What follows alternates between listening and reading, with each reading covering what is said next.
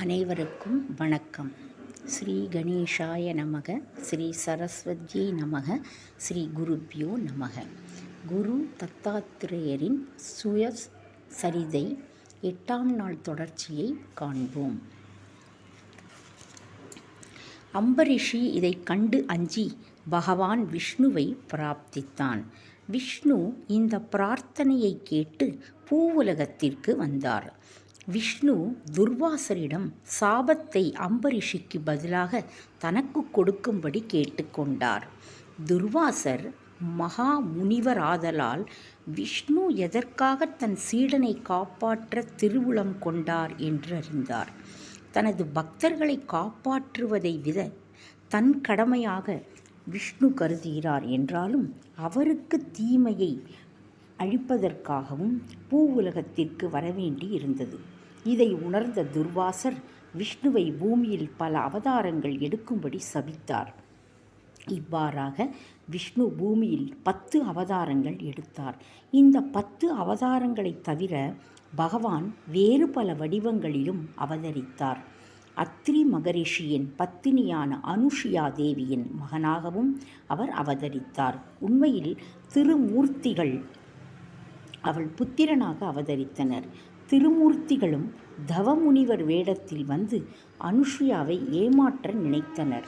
பின்னர் நாமதாரகன் சித்தனிடம், நீங்கள் இப்பொழுதுதான் மும்மூர்த்திகளின் அனுஷியாவின் புத்திரர்களாக அவதரித்தனர் என்று கூறினீர்கள். மும்மூர்த்திகள் ஏன் சந்நியாசிகள் வடிவில் அவளை ஏமாற்ற நினைத்தனர்? அத்ரி முனிவர் யார்? யாருடைய வம்சத்தில் இந்த முனிவர் பிறந்தார்? தயவு செய்து எனக்கு கூறுங்கள் என்று கேட்டான். மேற்கொண்டு கூறப்படும் இந்த சரித்திரம் மிகவும் சுவையானது, கேட்பவர்களுக்கு ஞானத்தை அளிக்க வல்லது. இந்த திவ்ய சரித்திரம் கேட்பவர்களின் மனோரதங்களை பூர்த்தி செய்வதாகும். நாமதாரகனின் வேண்டுகோளை கேட்டு சித்தன், உன்னுடைய பக்தி சிறந்தது. நீ ஸ்ரீ குருவின் பாதங்களில் மகிழ்ச்சியாக இருப்பாய். உன்னுடைய வார்த்தைகளால் நான் குருவின் வாழ்க்கையையும் செய்கையையும் முதலிருந்து கடைசி வரை நினைவு கூறுகிறேன். நான் இப்பொழுது உனக்கு அத்ரி மகரிஷியின் பரம்பரையையும் ஸ்ரீ குரு அவர்களின் அவதாரத்தையும் கூறுகிறேன். முதலில் உலகம் நீரால் மூழ்கியிருந்தது.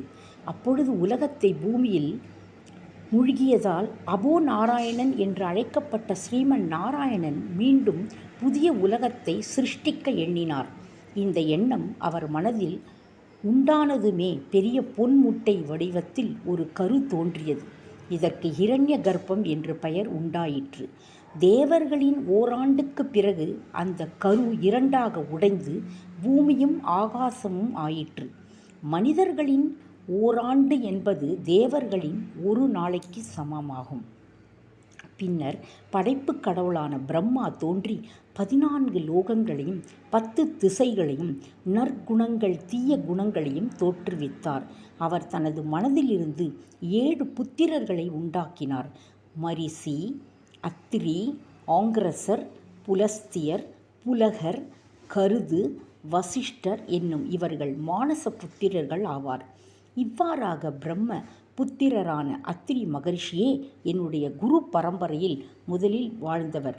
அத்ரியின் பத்தினி அனுஷியா பதிவிரதைகளில் ஒருவராக உலகெங்கும் புகழ் பெற்றவள். அவளது அழகை வர்ணிக்க வார்த்தைகளே இல்லை. சந்திரனே அவளது புத்திரன் எனும்போது அவளை அழகை பற்றி வேறென்ன கூற முடியும்? அவள் தனது கணவனுக்கு நாளும் பணிவிடை செய்து வந்தாள். ஸ்வர்க்கத்தில் இருந்த கடவுள்களும் அனுஷியா தங்களுடைய இடத்தை அடைந்து விடுவாள் என்று பயந்தனர். தேவர்களின் தலைவனான இந்திரன் மற்ற தேவதைகளுடன் சேர்ந்து மும்மூர்த்திகளிடம் சென்று பதிவிரதை அனுஷியாவின் பெருமையை எடுத்துச் சொன்னான். இந்திரன், இந்த பெண்மணியின் சேவையை பற்றி நான் எப்படி கூற முடியும்?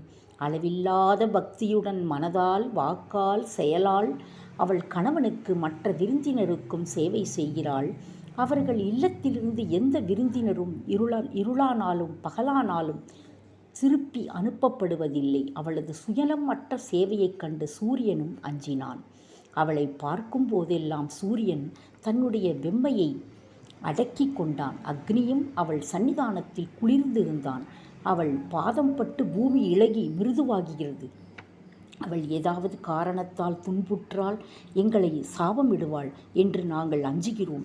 எங்களிடமிருந்து ஸ்வர்கலோக பதவியை எப்பொழுது அவள் பறித்து கொள்வாள் என்று எங்களுக்கு தெரியவில்லை.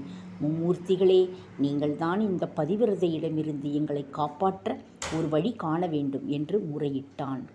இத்துடன் இன்றைய அத்தியாயம் முடிவடைந்தன. நன்றி.